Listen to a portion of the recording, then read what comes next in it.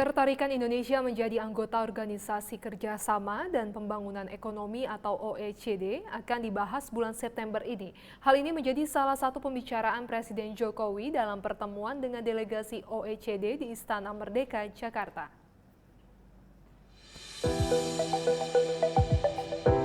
Presiden Joko Widodo menerima delegasi Organisasi Kerjasama dan Pembangunan Ekonomi atau OECD di Istana Merdeka, Jakarta, hari Kamis 10 Agustus 2023.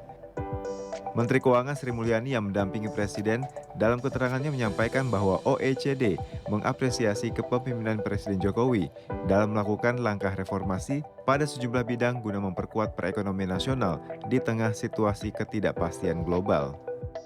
Yang dibahas adalah OECD menjelaskan mengenai kondisi dunia tentunya dan bagaimana Sekretaris Jenderal Korman mengapresiasi capaian-capaian Indonesia terutama pada saat menjadi presidensi G20 pada masa yang sangat tidak mudah dan keberhasilan Indonesia untuk terus memperkuat kerjasama antar negara yang merupakan hal yang sangat penting dalam situasi dunia yang makin sulit dan makin dinamis. Yang kedua,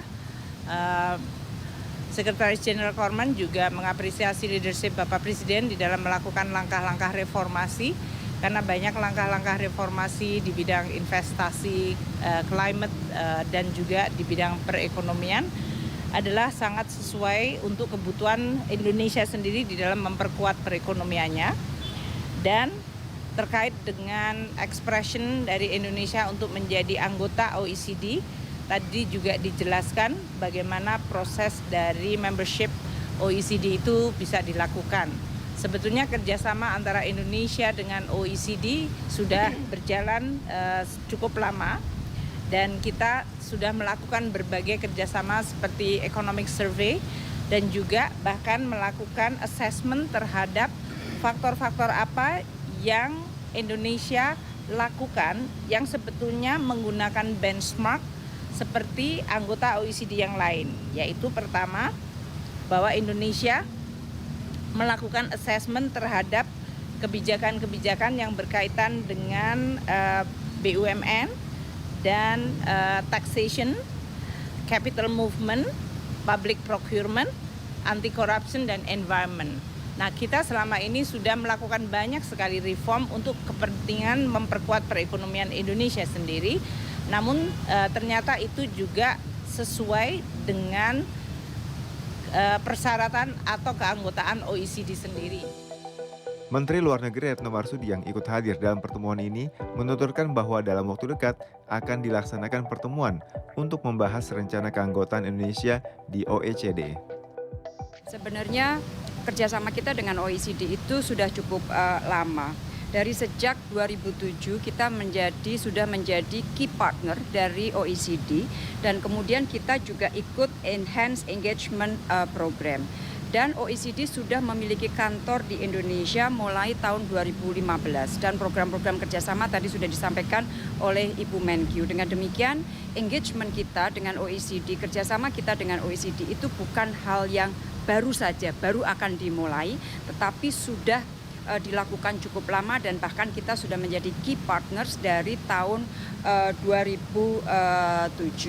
Nah, mengenai kedepannya bagaimana setelah kita menyampaikan surat expression untuk menjadi anggota OECD di bulan September nanti akan ada pertemuan konsel OECD akan dibahas dan kemudian setelah itu apabila sudah mendapatkan political agreement maka proses teknisnya akan dimulai. Nah, Bu Menkeu tadi mengatakan bahwa kita tidak mulai dari nol, beberapa policy yang kita lakukan sudah sampai pada taraf partial compliance. Ada beberapa yang tentunya perlu dipercepat reformnya. Jadi tentunya itu semuanya akan berjalan bersama. Dan sebagai informasi kepada teman-teman, dukungan dari anggota OECD kepada Indonesia cukup kuat, cukup banyak dan dalam beberapa hari ini saya sudah menerima surat dari beberapa menteri luar negeri yang menyampaikan dukungan kuat terhadap keanggotaan Indonesia di OECD.